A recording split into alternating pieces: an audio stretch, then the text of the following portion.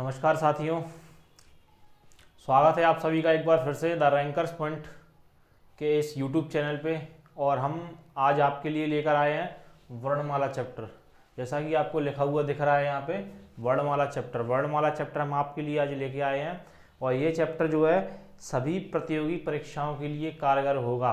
सारे के सारे प्रतियोगी परीक्षाओं के लेवल से मैं यहाँ पढ़ाऊँगा, आपको एकदम जीरो लेवल से उठा के पढ़ाऊँगा। और एक भी चीज़, सिंगल चीज़ यहाँ पे आपकी छूटेगी नहीं, ये मेरी गारंटी है, ये मेरा दावा है।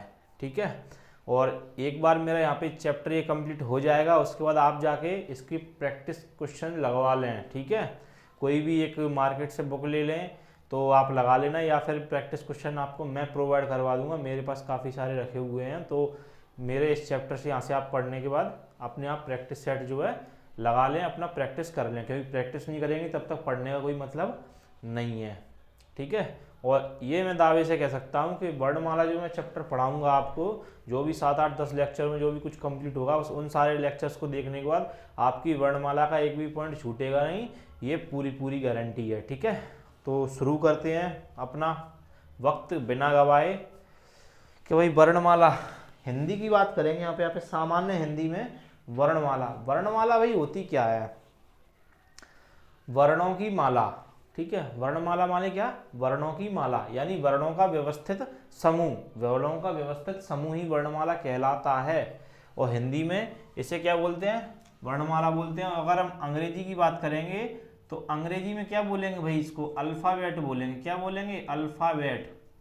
क्या बोलेंगे इसको अंग्रेजी में? अल्फाबेट। अब यहाँ पे इन दोनों शब्दों में जो है मैं एक छोटी सी चीज़ आपकी क्लियर कर देता हूँ कि बहुत सारे टीचर्स जो होते हैं वो बच्चों से बोलते हैं बेटा write down alphabets A to Z, तो वो गलत बोलते हैं और गलत ही पढ़ाते हैं, गलत ही लिखाते हैं बच्चों को, जो कि ग्रामेटिकल मिस्टेक है एक। काफ़ी सारे टीचर्स को पता नहीं होता, तो बता देता हूँ। 2 वर्ड होते हैं इंग्लिश भाषा के अंदर। अब ये मत बोलना कि सर हिंदी छोड़ के इंग्लिश पे पहुंच गए। 2 मिनट यहाँ ये वर्णमाला की बात चल रही है, तो संबंधित शब्द है तो पहले क्लियर कर देता हूँ। एक होता है अल्फ़ाबेट, एक होता है अल्फ़ाबेट्स। ठीक है। इसका अर्थ होता है वर्णमाला। इसका अर्थ क्या होता है? वर्णमाला। ठीक है। और ये जो अल्फ़ाबेट्स है इसका अर्थ होता है क्या? भाषा या भाषाएं। ठीक है। तो जितने भी टीचर्स हैं वो अल्फ़ाबेट या अल्फ़ाबेट्स जो बोलते हैं वो सुधारें अपने शब्दों को। इस अल्फ़ाबेट का मतलब वर्णमाला होता है और अल्फ़ाबेट्स का मतलब भाषा होता है। प्रत्येक भाषा के अंदर केवल एक अल्फ़ाबेट होती है, प्रत्येक भाषा की अपनी अल्फ़ाबेट होती है। जैसे कि हम बात करें हिंदी वर्णमाला की, तो ये आ से ज्ञानी तक जो है स्वर प्लस व्यंजन। ठीक है।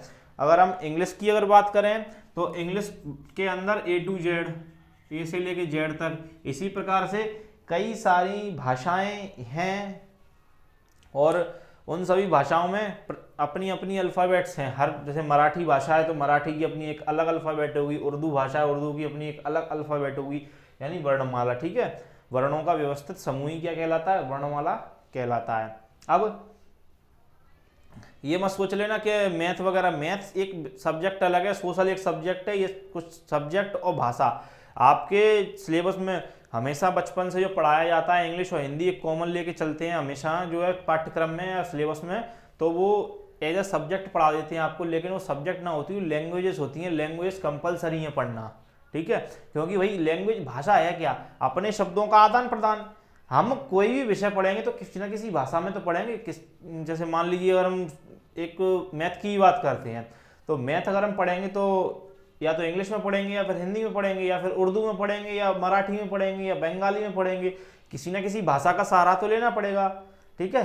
तो भाषा जो है कंपलसरी रहती है, हमेशा बचपन से ही हमें पढ़ाई जा रही है। और वर्णमाला में हमारे टीचर जो है आज से ज्ञात तक के हमें सारे शब्द रटा देते हैं। चलो अब हम देखते हैं मानक हिंदी जो है हमारी, उसके अनुसार क्या क्या डेटा है, क्या क्या चीज़ें हैं, वर्णमाला की यहाँ जरूरत क्यों पड़ती है, सबसे ज़्यादा प्रश्न बनते हैं। ये बहुत ही इंपॉर्टेंट टॉपिक है राज्य स्तरीय परीक्षाओं के अंदर, और केंद्र स्तरीय जितनी परीक्षाएं होती हैं जिनमें ये टॉपिक आता है, और काफ़ी इंपॉर्टेंट टॉपिक है। हिंदी, सामान्य हिंदी के अंदर काफ़ी इंपॉर्टेंट टॉपिक है। तो आज हम यहाँ से जो क्लियर करेंगे। आई होप इतनी चीज़ें आपको समझ में आ गई होंगी कि भाई ये अल्फ़ाबेट माने वर्णमाला, अल्फ़ाबेट्स माने भाषा। ठीक है। ये टीचर्स जो अल्फ़ाबेट्स वगैरह ये बोलते हैं वो सुधार लें। उन सभी से मेरी हाथ जोड़ के विनती है, कृपया कर अल्फ़ाबेट्स माने भाषा होती है, अल्फ़ाबेट माने वर्णमाला होती है। ये चीज़ क्लियर कर लें अपने पॉइंटों को। और जो आप A to Z लिखने के लिए बोल देते हो राइट अल्फ़ाबेट्स ना, आप वहाँ पे अल्फ़ाबेट्स की जगह लेटर या लेटर शब्द का प्रयोग करें। और बहुत जल्द हम जो है इंग्लिश के ऊपर भी सीरीज अपनी लेके आने वाले हैं, ठीक है। फिलहाल हम यहाँ से स्टार्ट कर रहे हैं, ठीक है। आई होप सब कुछ अच्छे से समझ में आ रहा होगा आप सभी को। हाँ तो साथियों, आप सभी के सामने हिंदी की वर्णमाला लिखी हुई है, आप लोग देख सकते हैं। और इस क्लास में ये टॉपिक शुरू करने से पहले मैं एक चीज़ और क्लियर कर देता हूँ आप सभी को कि आप प्रॉपर वे में जो है नोट्स बनाएं। मेरा एक रिक्वेस्ट ज़रूर रहेगा आप सभी लोगों से कि कृपया कर इसके नोट्स प्रॉपर वे में बनाते चलें। केवल 8-10 लेक्चर जो है यहाँ पे हमारे वर्णमाला के होने वाले हैं, ठीक है। तो आप इनमें देख सकते हो कि सबसे पहले क्लियर कर देता हूँ, जो भाषा हम पढ़ा रहे हैं वो क्या पढ़ा रहे हैं, उस भाषा का नाम क्या है, हिंदी। क्या नाम है भाई, भाषा का नाम क्या है, हिंदी, ठीक है। और हिंदी की वर्णमाला मैंने आप सभी के सामने लिख दी है, ठीक है। ये जो आप सभी के सामने ऊपर लिखे हुए हैं ये सारे के सारे ये क्या है, स्वर हैं। ये क्या है, ये स्वर। ये क्या है भाई, स्वर। आ से लेके और ये औ तक ये जो लिखे हुए हैं आपके सामने ये सारे के सारे क्या लिखा है, स्वर लिखे हैं। अ आ इ ई उ ए ऐ ओ औ अंगा, सॉरी ये ऋषि, ठीक है, ऋषि का। और ये अह और अंगा, ये अंगा और जो आहा है इनको अयोगवाह कहा जाता है। क्या कहा जाता है, अयोगवाह, ठीक है, अयोगवाह। इन शब्दों का नाम क्या है, अयोगवाह, ठीक है। यहाँ आपका एक कैमरे में कट रहा है, मैंने देखा है अभी, तो ये यहाँ से मैं हटा के इधर लिख देता हूँ। जो अंगा और जो आ है ना आपके अयोगवाह हैं, अयोगवाह, ठीक है। इनको क्या बोलते हैं, अयोगवाह। और नीचे ये सारे के सारे यहाँ से लेके यहाँ तक जो लिखे हैं ये सभी आपके जो व्यंजन है। अब इनमें कौन सा व्यंजन कैसे है, ठीक है, किस व्यंजन का क्या नाम है, ये सारी डिटेलें हम एक एक करके पढ़ेंगे, ठीक है। तो मोटी मोटे तौर पे आपको इतना तो समझ में आ गया होगा कि वर्णमाला होती क्या है, वर्णमाला की परिभाषा क्या होती है। वर्णमाला जो भी है कि व्यवस्थित समूह, वर्णों का व्यवस्थित समूह ही क्या कहलाता है, वर्णमाला कहलाता है। मैं अभी आपको परिभाषा भी लिखवा दूंगा, ठीक है। तो क्या है भाई, वर्णों का व्यवस्थित समूह जो है वर्णमाला कहलाता है, ठीक है। और वर्णमाला बनती किन किन चीज़ों से मिलके है, तो मैं बता देता हूँ यहाँ पे आपको लिख के, स्वर प्लस अयोगवाह प्लस व्यंजन, ठीक है। ये तीन चीज़ें जो है मिलकर जो है वर्णमाला का निर्माण करते हैं। जैसा कि मैं आपको पहले ही बता चुका हूँ, प्रत्येक भाषा के अंदर अपनी अपनी वर्णमाला होती है। अभी हम हिंदी वर्णमाला पढ़ रहे हैं, ठीक है। चलिए, जिसको भी लिखना हो 2 मिनट का समय दे रहा हूँ, लिख लीजिए। आप अपनी कॉपी पे पहला पेज जो है यही रहेगा। सबसे पहले आपको वर्णमाला पता ही होना चाहिए कि कौन कौन से शब्द जो है वर्णमाला के अंदर होते हैं।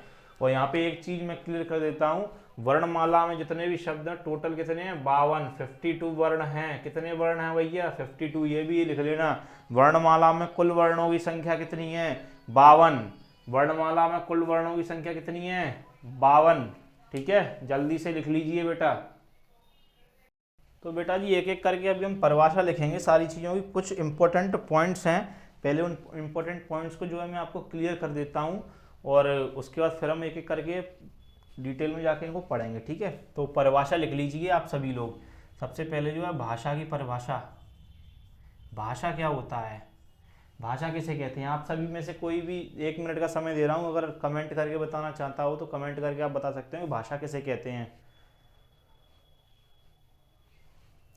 चलिए मैं बता देता हूँ क्या होता है, अपने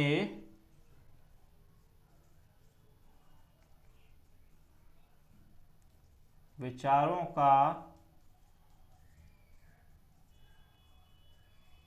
आदान प्रदान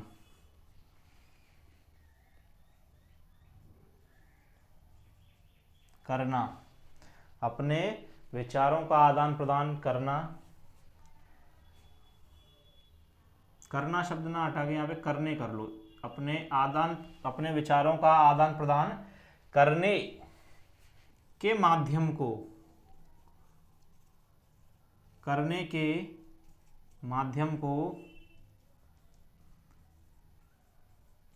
भाषा कहते हैं। ठीक है, भाषा की परिभाषा आपके सामने लिखी हुई है कि भाई अपने विचारों का आदान प्रदान करने के माध्यम को ही क्या कहते हैं, हम भाषा कहते हैं। किसी व्यक्ति के मन में क्या चल रहा है वो कह के ही तो बताएगा भाई, किसी ना किसी शब्द का वो प्रयोग करेगा, शब्दों का और वर्णों का प्रयोग करेगा, शब्दों का प्रयोग करेगा या वाक्यों का प्रयोग करेगा। तो इसी माध्यम को जो है हम भाषा कहते हैं। ठीक है, सामने वाला अपने विचारों को हम तक पहुंचाए या फिर हम अपने विचारों को उस तक पहुंचाएं। ठीक है, इसी को भाषा कहते हैं।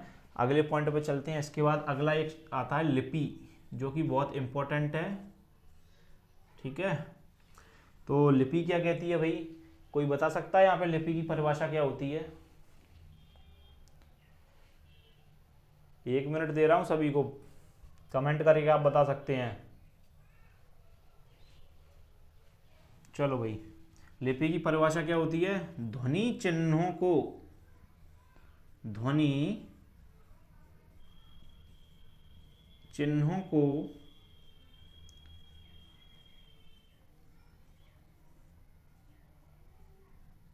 लिखने का तरीका, ध्वनि चिन्हों को लिखने का तरीका ही लिपि कहलाता है। ठीक है, ध्वनि चिन्हों को लिखने का तरीका ही क्या कहलाता है बेटा जी? लिपि कहलाता है। ठीक है, भाषा विचारों का आदान प्रदान करने का एक माध्यम, लिपि क्या है? लिखने का तरीका। ठीक है, तो यहाँ पे मैं क्लियर कर देता हूँ, जो भाषा है हमारी वो क्या है? हिंदी है। क्या है भाई? भाषा हमारी क्या है? हिंदी। ठीक है, भाषा क्या है भी अपने यहाँ पे हमारी? हिंदी। और हिंदी भाषा की जो लिपि है उस लिपि का नाम क्या है? देवनागरी। क्या नाम है? देवनागरी। ठीक है, हिंदी भाषा की लिपि का नाम क्या है? देवनागरी। देवनागरी लिपि में ही जो है हम लिखते हैं। ठीक है, लिपि चीज अलग होती है, भाषा चीज अलग होती है। कभी कभार जो एग्जामिनर होते हैं वो यहाँ से इतने बेसिक से भी क्वेश्चन बना लेते हैं और बच्चे इसको गलत करके भी आ जाते हैं क्योंकि उनके कंसेप्ट क्लियर नहीं होते। ठीक है, ये देवनागरी लिपि समझाने के लिए मैं अभी ये कुछ एग्जाम्पल ले रहा हूँ आपको, तो जिससे आपको समझ में आ जाएगा। जैसे जिस प्रकार से मैंने बोला आपसे तुम क्या कर रहे हो, ये मैंने बोला तुम क्या कर रहे हो, सॉरी यहाँ क्वेश्चन मार्क आएगा, प्रश्नवाचक वाक्य ये। ठीक है, तुम क्या कर रहे हो, ये जो मेरा तरीका है यहाँ पे जो मैंने लिखा हुआ है ये जो है देवनागरी लिपि में मैंने लिखा हुआ है। भाषा यहाँ मेरी हिंदी है लेकिन मेरी लिपि कौन सी है? अगर मुझसे कोई पूछे लिपि कौन सी है, यहाँ पे मेरी लिपि जो है देवनागरी है। अब वहीं अगर मैं अपने शब्दों को पलटूं, यहाँ मैं लिखता हूं तुम क्या कर रहे हो, तो अब जो ये नीचे ये वाला वाक्य लिखा हुआ है वो वाक्य जो है आपका देवनागरी लिपि में ना लिखते हुए ये रोमन लिपि में लिखा हुआ है। किस लिपि में लिखा हुआ है? रोमन लिपि। अब कुछ लोग इसको देखेंगे वही इंग्लिश में लिखा हुआ, नहीं भैया, इंग्लिश अपने आप में एक भाषा है। इंग्लिश क्या है? एक भाषा है। इंग्लिश को लिखने का तरीका, इंग्लिश जिस लिपि में लिखी जाती है उसको क्या बोलते हैं हम? रोमन लिपि। ठीक है, तो ये जो लिखा हुआ है वो रोमन लिपि में लिखा हुआ है, जो ऊपर जो लिखा है तुम क्या, वो देवनागरी लिपि में। यहाँ पे दोनों में ही भाषा जो है वो क्या है? हिंदी है। यहाँ इन दोनों में ही जो भाषा है वो क्या है? हिंदी है। ये चीज बहुत ही बेसिक है, यहाँ से कभी कभी एग्जामिनर क्वेश्चन कर लेता है और बच्चे बेचारे यहीं फंस जाते हैं। ठीक है, तो आई होप ये चीज आपको क्लियर हो गई होगी। ठीक है, और चलिए अब आगे बढ़ते हैं अपनी वीडियो में। चलो भाई, अब इसके बाद अगला पॉइंट लेते हैं व्याकरण। ठीक है, क्या पॉइंट लेते हैं? व्याकरण। कि भाई जो व्याकरण होता है ये क्या होता है, इसकी परिभाषा क्या है? सब लोग बोलते हैं ग्रामर ग्रामर ग्रामर, इस इंग्लिश की ग्रामर पढ़नी है हमें या फिर हिंदी का व्याकरण पढ़ना है, अगर ये कर लोगे तो बहुत ही भाषा पे पकड़ मजबूत हो जाएगी। तो ये होता क्या है, इसकी परिभाषा देख लेते हैं जरा 2 मिनट रुक के। ठीक है, अगर आपको पता हो तो आप कमेंट बॉक्स में परिभाषा बता सकते हैं। चलिए भाई क्या होती है परिभाषा, इसको देखते हैं। ठीक है, क्या? शुद्ध बोलना, शुद्ध लिखना और शुद्ध पढ़ना, इन तीनों चीज़ों के नियम। क्या बोला मैंने? शुद्ध बोलने के, शुद्ध लिखने के और शुद्ध पढ़ने के नियम ही क्या कहलाता है? व्याकरण कहलाता है या व्याकरण कहलाते हैं। ठीक है, सरल सी परिभाषा है, लिख के बता देता हूं मैं। ठीक है, कैसे लिखूंगा भाई इसको? किसी भी भाषा, किसी भी भाषा को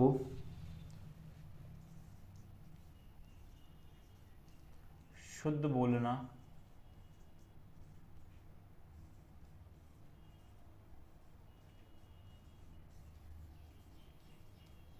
शुद्ध लिखना या शुद्ध पढ़ने के नियम, पढ़ने के नियम ही व्याकरण कहलाते हैं। पढ़ने के नियम ही व्याकरण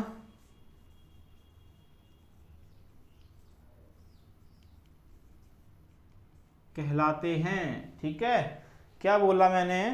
है किसी भी भाषा को शुद्ध बोलना, शुद्ध लिखना या शुद्ध पढ़ने के नियम ही क्या कहलाते हैं? व्याकरण कहलाते हैं या फिर व्याकरण कहलाता है। ठीक है, स्क्रीन पे आप सभी लोगों को दिख रहा है, आप सभी लोग लिखते चलें। एक बार मेरी फिर से रिक्वेस्ट है सभी स्टूडेंट से, कृपया कर नोट्स प्रॉपर बनाएं। ठीक है बेटा, ये मेहनत कर रहे हैं ना, आप सभी लोगों के लिए मेहनत कर रहे हैं, और इस वीडियो को ज़्यादा से ज़्यादा लोगों तक पहुंचाएं, ज़्यादा से ज़्यादा लोगों तक शेयर कर दें। ठीक है, हमारी ये पूरी टॉपिक ख़त्म होने के बाद जो है हम एक एक करके हिंदी के सारे टॉपिकों को यहाँ पे कवर करते चले जाएंगे। और आपको अगर ये वीडियो अगर अच्छा लगा हो, इसमें कंटेंट अगर आपको पसंद आया हो, तो आप कमेंट बॉक्स में ज़रूर बताएं। और जो भी आपको चैप्टर्स पढ़ने हैं उनके बारे में भी आप कमेंट करके बता सकते हैं, मैं उन चैप्टर्स की वीडियो में या उन टॉपिक्स के ऊपर वीडियो बना दूंगा। ठीक है, तो भाई आई होप व्याकरण भी आपका क्लियर हो गया होगा। अगला पॉइंट है यहाँ पे आपका वर्णमाला। क्या कहलाता है भाई वर्णमाला? मैं अभी भी परिभाषा आपको बता के निकला हुआ हूँ वर्णमाला की परिभाषा। वर्णमाला क्या कहलाती है? यहाँ क्या कहलाती है? वर्णों का व्यवस्थित समूह, वर्णों का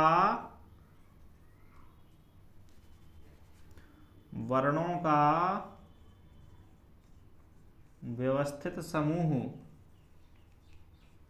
ठीक है, वर्णमाला क्या कहलाती है? वर्णों का व्यवस्थित समूह। वर्णों के व्यवस्थित समूह को ही क्या बोलते हैं? वर्णमाला बोलते हैं। ठीक है, हाँ जी बेटा जी, आगे बढ़ते हैं हमारी अब इस वीडियो में, और बहुत ही इंपॉर्टेंट टॉपिक जो है आपके लिए हम लेकर आए हैं अब। ठीक है, बात चर्चा में होगी अब भैया, देख लो अब इसको ध्यान से। वर्ण, वर्ण वर्सेस अक्षर। ठीक है, वर्ण वर्सेस क्या है? अक्षर। क्योंकि सबसे ज़्यादा स्टूडेंट्स जो है यहाँ पे कंफ्यूज रहते हैं और इनका ये क्लियरेंस हो ही नहीं पाता कि भाई अक्षर हम किसे बोलें और वर्ण हम किसे बोलें। और काफ़ी पेचीदी चीज़ है और बारीकियाँ यहाँ पे करना काफ़ी मुश्किल है।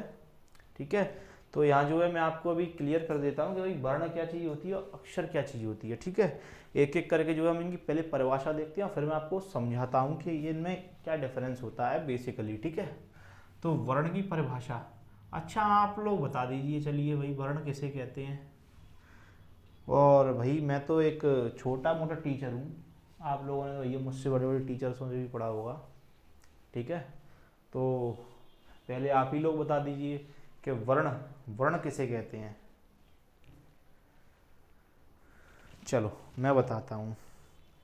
वह मूल ध्वनि, वह मूल ध्वनि जिसका खंड ना हो सके या जिसका खंड ना हो, वही जो है वर्ण कहलाती है। क्या परिभाषा बोली मैंने? वह मूल ध्वनि,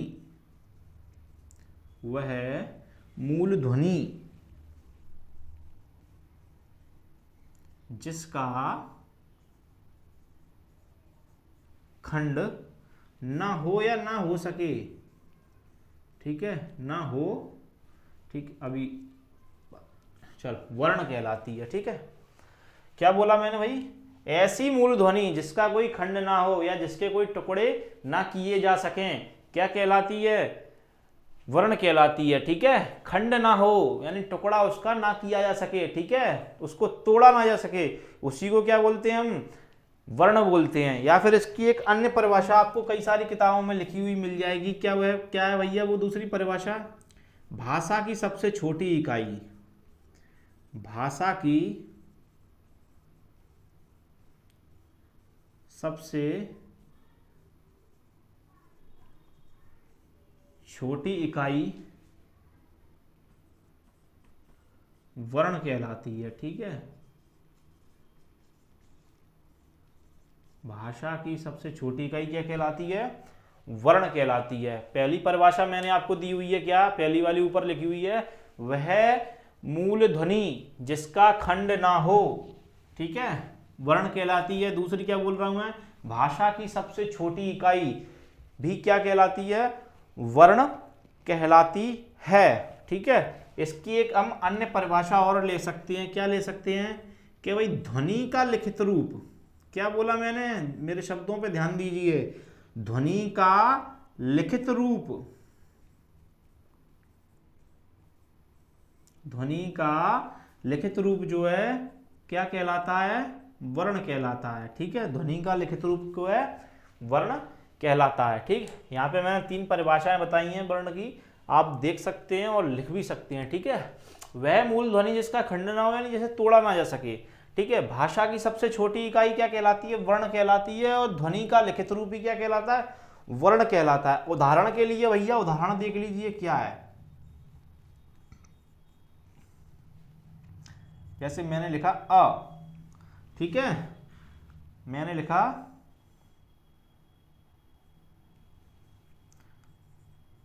क, ठीक है, हलंत लगा के देख लियो भैया, हलंत लगा हुआ है, ठीक है। और मैंने लिखा यहाँ ख, ये देखो 3 शब्द मैंने आपके सामने लिखे हुए हैं, अ, क और ख, ठीक है। ये सारे के सारे जो हैं आपके वर्ण हैं, ठीक है। एक यहाँ स्वर और ले लेते हैं, ये ई, ठीक, ये जो है आपके वर्ण हैं, ठीक है। वर्ण की क्या परिभाषा हुई, वह मतलब ऐसी मूल ध्वनि, ऐसी मूल ध्वनि जिसका क्या ना हो, खंड ना हो, ठीक है। दूसरा, भाषा की सबसे छोटी इकाई क्या कहलाती है, वर्ण कहलाती है। और ध्वनि का जो लिखित रूप है वो क्या है, वर्ण है, ठीक है। ध्वनि का लिखित रूप वर्ण है, ठीक है। ध्वनि माने साउंड, हम किसी भी प्रकार का कोई साउंड क्रिएट करते हैं, साउंड को एक रूप नहीं दे सकते। अब यहाँ इन सब चीज़ों को जो है रूप दिया गया है, और इसको जो रूप देते हैं, जैसे मान लो क ये लिखा है, या आ लिख दिया हमने, या आ साउंड निकाला आ और लिख भी दिया, तो ये जो लिखा गया है ना वो देवनागरी लिपि में लिखा हुआ है अ शब्द, ठीक है, देवनागरी लिपि में। और ये जो भाषा मतलब जो वर्णमाला, जो हिंदी वर्णमाला है ना, उसका ये एक ध्वनि चिन्ह है, क्या ध्वनि चिन्ह है, अ, ठीक है। तो ये जो है वर्ण है उसका, किसका, हिंदी वर्णमाला का वर्ण है। तो परिभाषा आम क्या निकल के आएगी भैया यहाँ पे, कि भाषा की सबसे छोटी इकाई वर्ण कहलाती है और ध्वनि का लिखित रूप जो है वर्ण है, ठीक है। अब आती है भैया आगे चल के अक्षर पे, कि भाई अक्षर क्या होता है, ये किस उसका नाम है, अक्षर, ठीक है। पहले मैं इसे मिटा देता हूं। हाँ भाई, अक्षर देखते हैं, अक्षर क्या होता है, ठीक है। अक्षर की क्या परिभाषा है देखते हैं, वर्ण की हम देख चुके हैं, वो अक्षर की देखते हैं, और फिर इन्हें उदाहरण के माध्यम से भी समझेंगे, आपको क्लियरली समझ में आ जाएगा। क्या बोल रहा है अक्षर, ये श्वास, ठीक है। क्या बोल रहा है अक्षर, क्या श्वास के, क्या बोला भाई, श्वास के एक आघात में, श्वास के एक आघात में, श्वास के एक आघात में उच्चारित ध्वनि, श्वास के एक आघात में उच्चारित ध्वनि ही जो क्या कहलाती है, अक्षर कहलाती है। अक्षर की परिभाषा आप सभी के सामने लिखी हुई है, श्वास के एक आघात में उच्चारित ध्वनि क्या कहलाती है, अक्षर कहलाती है, ठीक है। श्वास के एक आघात में उच्चारित ध्वनि अक्षर कहलाती है। ठीक है, यहाँ इसको ऐसे भी लिख सकते हो, स्वर या स्वर सहित व्यंजन, स्वर सहित व्यंजन। ठीक है, स्वर या स्वर सहित व्यंजन। ठीक, एक परिभाषा तो वही अक्षर की ये हो गई। अब दूसरी परिभाषा और क्या है? ठीक है, इतना थोड़ा थोड़ा आई होप कि समझ में आ रहा होगा आप सभी को। ठीक,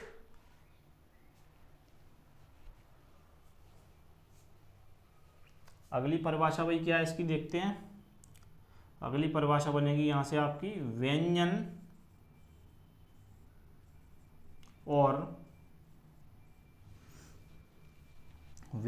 और स्वर का संयुक्त रूप। क्या बोला भाई मैंने? व्यंजन और स्वर का संयुक्त रूप ही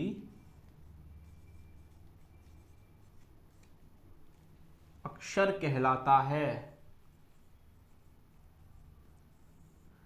अक्षर कहलाता है। क्या बोला भाई मैंने? व्यंजन और स्वर का संयुक्त रूप ही क्या कहलाता है? अक्षर कहलाता है। उदाहरण के लिए देख लीजिए, अब उदाहरण देखता हूं यहाँ पे भाई, उदाहरण क्या है। जैसे कि मैंने एक उदाहरण लिए हैं, राजा। ठीक है, अब कोई यदि मुझसे अगर पूछेगा कि इस राजा शब्द में कितने अक्षर और कितने वर्ण हैं, क्या पूछेगा मुझसे? कितने अक्षर हैं और कितने वर्ण हैं। क्या पूछा उसने? कि भैया अक्षर कितने हैं और जो वर्ण है वो वर्ण कितने हैं। तो अक्षर में इसको कह सकता हूं नॉर्मली कि भाई इसमें कितने अक्षर हैं, बोलिए कितने अक्षर हैं? रा और प्लस जा। ठीक है, कितने अक्षर हैं? रा और प्लस जा। ठीक है, राजा शब्द में कितने अक्षर हैं? रा और जा, यानी कि कुल जो अक्षरों की संख्या निकली यहाँ कितनी? 2। अब कोई यदि मुझसे पूछता है कि यहाँ पे जो वर्ण है वो वर्ण कितने हैं, तो वर्णों के लिए मैंने वर्ण विच्छेद की ओर हमें जाना पड़ेगा भाई। वर्ण विच्छेद करके देखते हैं इसका सबसे पहले। ठीक है, रा प्लस आ प्लस ज और प्लस आ, तो यहाँ पे जो वर्ण है कितने हैं?